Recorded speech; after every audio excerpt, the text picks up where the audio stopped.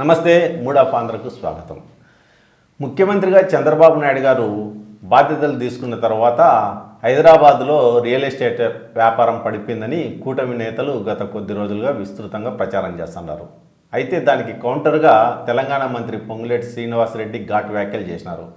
అంత సీన్ లేదయా, అమరావతికి పారిశ్రామికవేత్తలు కానీ రియల్టర్లు కానీ పోవడానికి భయపడుతున్నారు, వస్తే హైదరాబాద్కు వస్తున్నారు, లేదంటే బెంగళూరుకు పోతున్నారు అని ఆయన బహిరంగంగానే కామెంట్ చేసినారు. ఇట్లా ఈ కామెంట్స్ చేసిన తర్వాత కూటమి నేతల నుంచి ఎలాంటి స్పందన లేదు. నిజంగా అమరావతికి రావడానికి పారిశ్రామికవేత్తలు, బిల్డర్లు భయపడుతున్నారా? భయపడేటైతే ఎందుకు ఆ భయం వెనుక కారణమైంది?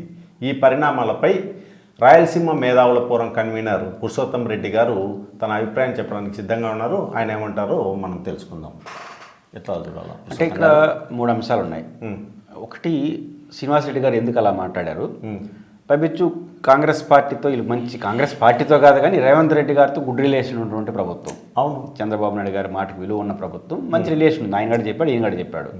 అట్లాంటిది మంత్రివర్గంలో ఉన్న వాళ్ళు మాట్లాడడం, దానికి ఇంతవరకు తెలుగుదేశం పార్టీలో అంత సీరియస్గా స్పందించకపోవడం ఎట్లా చూడాలి? 2, నిజంగా అమరావతికి రావడానికి భయపడుతున్నారా? ఫ్యాక్ట్ ఏంటి? ఎక్కడ ఎందుకు ఈ పరిస్థితి వచ్చింది? ఈ 3 అంశాలు చూడాలి. ఫస్ట్ పాయింట్, ఎందుకు ఈ పరిస్థితి వచ్చిందో చూడాలి. ఎందుకు ఈ పరిస్థితి వచ్చింది? ఇప్పుడు మనం ఎప్పుడు కూడా అతి ఎప్పుడు మంచిది కాదు. రాజధానికి సంబంధించి 14 నుంచి 19 వరకు తెలుగుదేశం పార్టీ అధికారులు ఉన్నప్పుడు అమరావతిని ఎంపిక చేశారు వెలగపూడి కేంద్రంగా. అప్పుడు చాలామంది భిన్నాభిప్రాయాలు, మేము కూడా చెప్పాం రాయలసీమలో రాజధాని ఉండాలని. దాంతో ఒక దశకు వచ్చిన తర్వాత ఇంకా ఆడ రాజధాని పెట్టారు, సింపుల్గా అడ్మినిస్ట్రేషన్ క్యాపిటల్గా పరిమితం చేయండి, మహారాజధాని మహానగరం మంచిది కాదు అని ప్రాంతాలను మనలాంటి వాళ్ళు చెప్పారు. కానీ 19 నుంచి 24 జగన్ వచ్చేసరికి ఆయన 3 రాజధానుల కాన్సెప్ట్ తీసుకొచ్చాడు. 3 రాజధానులు కరెక్టా తప్ప పక్కన పెడితే రాజధానిలోని కార్యాలయాలని వివిధ ప్రాంతాల్లో పెట్టడం మంచిదే కదా, అందులో భాగంగా రాయలసీమకు నష్టపోయింది కాబట్టి మనం అడిగాం. ఇది గడిచిందే. కానీ 2019 ఎన్నికల్లో జగన్మోహన్ రెడ్డి గారు గెలిచిన తర్వాత వచ్చిన ఈ పరిస్థితిలో 2024 జరిగిన ఎన్నికల్లో చంద్రబాబు గారు విస్పష్టంగా రాజధాని పైన తన అభిప్రాయం చెప్పేశాడు ఎలక్షన్కి ముందు. మేము ఏకైక రాజధానిగా, కేంద్రీకృత రాజధానిగా అమరావతిలో పెట్టుకుంటామని. జగన్మోహన్ రెడ్డి గారు మేము 3 రాజధానులు కట్టబడి ఉన్నాము విశాఖపట్నం, వారు చెప్పినారు. అది పనిచేసినా చేయకపోయినా ఒక నైతికత తెలుగుదేశం పార్టీకి, మేము ఎలక్షన్ ముందే చెప్పినాం అన్నీ ఇక్కడ పెడతామని. దీన్ని గోల్డెన్ ఛాన్స్గా తీసుకొని తన పని తాను చేసుకుంటూ పోతుంటే ఏ డిస్టర్బెన్స్ రాదు. ఇది మంచి అవకాశం. ఇప్పుడు రాయలసీమలో రాజధాని కావాలని కోరుకుని మేము కూడా ఎన్నికల ముందు వాళ్ళు చెప్పారు కదా, ఈ టైంలో మళ్ళీ అడగడం కరెక్ట్ కాదేమో. శ్రీబాగులో ఉన్న ఇతర అంశాలు ఫోకస్ పెట్టాం, నీళ్లు ఇతర సమస్యలు పెట్టాం. ఇది ఒక అడ్వాంటేజ్గా తీసుకోవాలి తెలుగుదేశం పార్టీ. ఇప్పుడు ఎవరు అమరావతిలో 3 అన్ని కేంద్రీకృత రాజధాని పెడతా అంటే అడగలేనటువంటి పరిస్థితి ఉన్నప్పుడు చకచక తన పని తాను చేసుకుంటూ పోతూ ఉండాలి. చంద్రబాబు గారు చేస్తున్నట్టున్నాడు. కానీ ఎక్కువ మంది గవర్నమెంట్ మీడియా దాన్ని, ఈ మీడియా సమస్యలు ఇవన్నీ హైప్ క్రియేట్ చేసే క్రమంలో, ఏదో జరిగిపోతుందని క్రియేట్ చేసే క్రమంలో ఏం మాట్లాడేసినారు? తొందరపడి అసలు అమరావతిలో చంద్రబాబు గారు ముఖ్యమంత్రి అయిన వెంటనే హైదరాబాద్ నుంచి భూమంతి వచ్చేస్తూ ఉంది. హైదరాబాద్కి ఎందుకు? ఇక్కడ బాగా అభివృద్ధి అంతని చెప్పుకోండి, 1000 కోట్లు వచ్చేస్తున్నాయి, 1,00,000 కోట్లు వస్తున్నాయి చెప్పుకోండి, అభ్యంతరం లేదు. పోలిక మంచిది కాదు.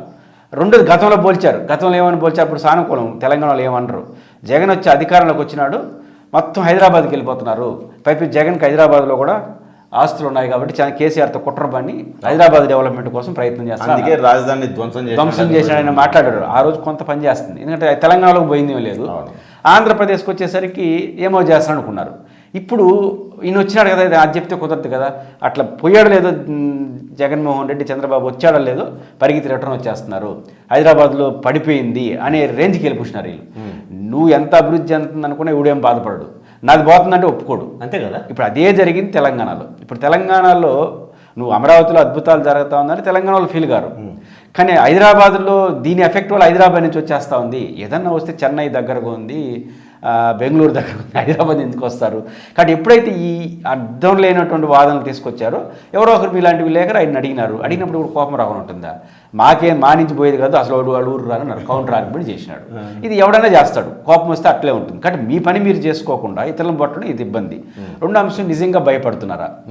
భయం అనేది 2 రకాలు. అక్కడేదో చంద్రబాబు నాయుడు గారు ఏదో చేసేస్తాడని, అక్కడ అడ్డుకుంటాడని, బెదిరిస్తాడనే భయం ఒకటి. నేచురల్ భయం ఒకటి ఉంటుంది.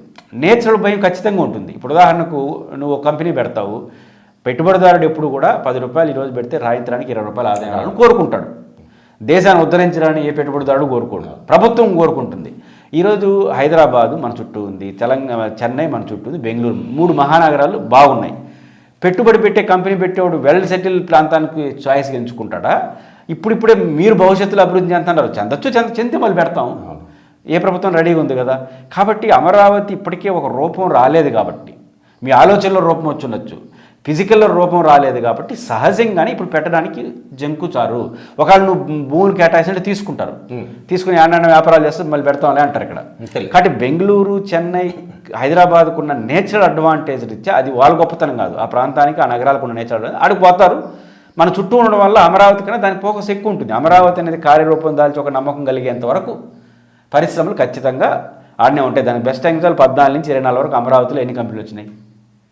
సరే, జగన్ దుర్మార్గుడు కొట్టేసినాడు, మన 14 నుంచి 19 ఎన్ని వచ్చినాయి? ఏమి రాలేదు. చంద్రబాబు గారు అధికారంలో ఉన్నప్పుడు హైయెస్ట్ పరిశ్రమలు శ్రీ సిటీకే వచ్చినాయి, విశాఖపట్నానికి తర్వాత వచ్చినాయి. ఫస్ట్ శ్రీ సిటీ, రెండోది విశాఖపట్నం. జగన్ వచ్చిన తర్వాత Sri city first, second Visakhapatnam. ఏం మారింది ఇద్దరిలో?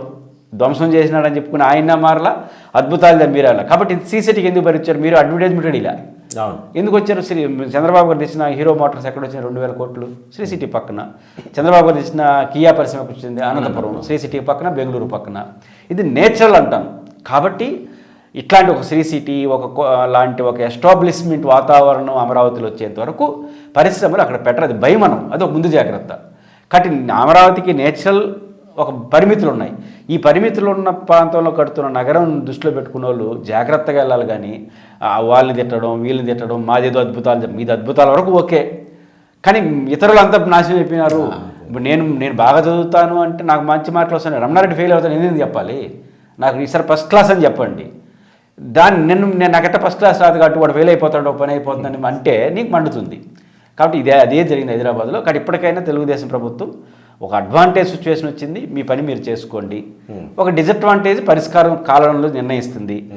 మీరు అభివృద్ధి అంతా అని చెప్పడం కోసం ఇతరులను చులకన చేస్తే, రివర్స్ అటాక్ చేస్తారు, అప్పుడు మీకే ఇబ్బంది వస్తుంది.